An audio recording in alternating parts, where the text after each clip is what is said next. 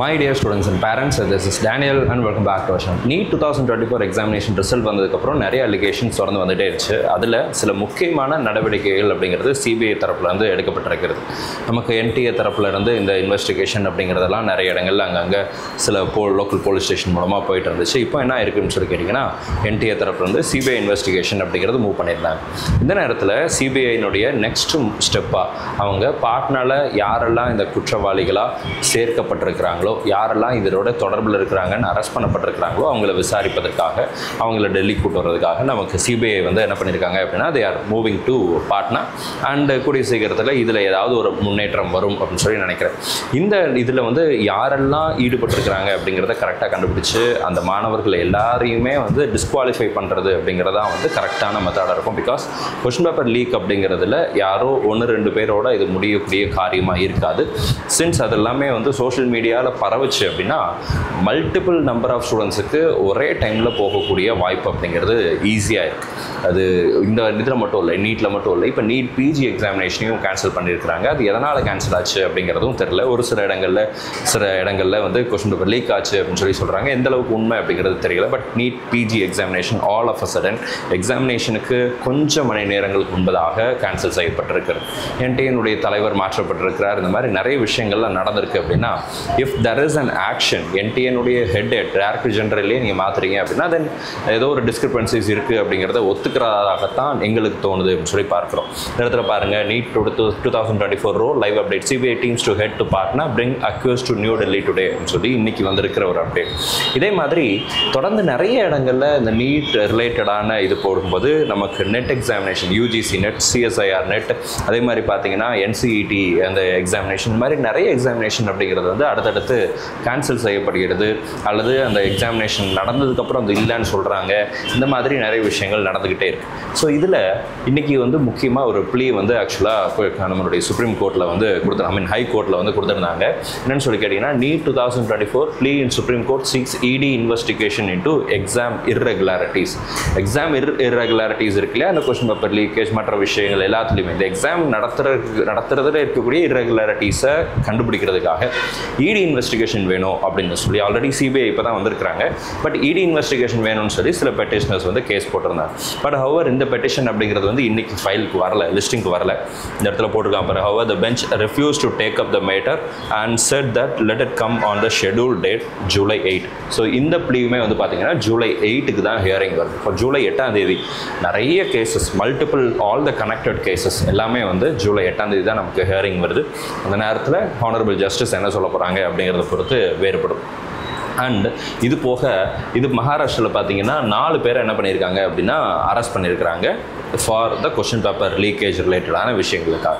So இந்த மாதிரி நிறைய நியூஸஸ் அப்படிங்கிறது வந்துக்கிட்டே இருக்குது. இது போக பீகாரில் பார்த்தீங்க அப்படின்னா, ஸோ இது நம்மளுக்கு தெரியும்ல, இதுக்கு தான் நடந்து முடிஞ்சாச்சு. எக்ஸாமில் பார்த்தீங்கன்னா 813 பேர் தான் வந்து இந்த எக்ஸாமினேஷனையே அட்டன் பண்ணாங்க அவுட் ஆஃப் 1563 கேண்டிடேட். ஸோ இதில் வந்து total of 813 out of 1563 candidates appeared for the reexamination. And இதில் வந்து பார்த்தீங்கன்னா சத்தீஸ்கரில் 291 மாணவர்கள் இது பண்ணாங்க. ஆனால் 602 மாணவர்கள் வந்து ஆக்சுவலாக எழுதுறதுக்கு அவங்க வந்து இருந்தாங்க, எழுத வேண்டிய மாணவர்கள். பட் அதில் ஆப்ஷன் கொடுத்துருந்தாங்கன்றதுனால அவங்க எழுதலை, எங்களுக்கு கிரேஸ் மார்க் வேண்டாம்னு சொல்லி அந்த மாணவர்கள் இருந்துட்டாங்க.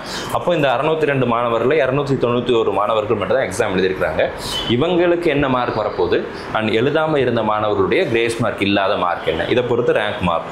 அதே மாதிரி தான் ஹரியானாவில் 494க்கு 287 அண்ட் மேகாலயாவில் பார்த்தீங்க அப்படின்னா 50-30 இந்த மாதிரி பர்சன்டேஜ்லாம் கம்மியாக, ஆவரேஜாக பார்த்தீங்கன்னா ஒரு 48% அப்படிங்கிற பர்சன்டேஜ் தான் நமக்கு வந்து மாணவர்கள் எக்ஸாம் எழுதுனாங்க. பாதிக்கும் கம்மியான மாணவர்கள் தான் மறு தேர்வை எதிர்கொண்டாங்க. மற்றவர்கள் எனக்கு கிரேஸ் மார்க் வேண்டாம் அப்படிங்கிற முடிவு எடுத்துட்டாங்க. இப்போது பீகாரில் டெட் எக்ஸாமினேஷன் அப்படிங்கிற ஒரு எக்ஸாம் வந்து கேன்சல் ஆகிருக்கு. இதுக்கும் என்டிஏக்கும் சம்மந்தம் இல்லை தான். ஆனால் நான் என்ன சொல்ல வரேன் அப்படின்னா, எக்ஸாமினேஷன்ஸ் அப்படிங்கிறது வந்து இந்தியா ஃபுல்லாக நடக்க வேண்டிய எல்லா எக்ஸாமினேஷன்ஸ்லையும், எஸ்பெஷலி இந்த north side question paper leakage அப்படிங்கிறது நிறைய நடந்துட்டு இருக்கு அப்படிங்கிற ஒரு விஷயங்களை நியூஸில் நம்ம பார்க்குறோம்.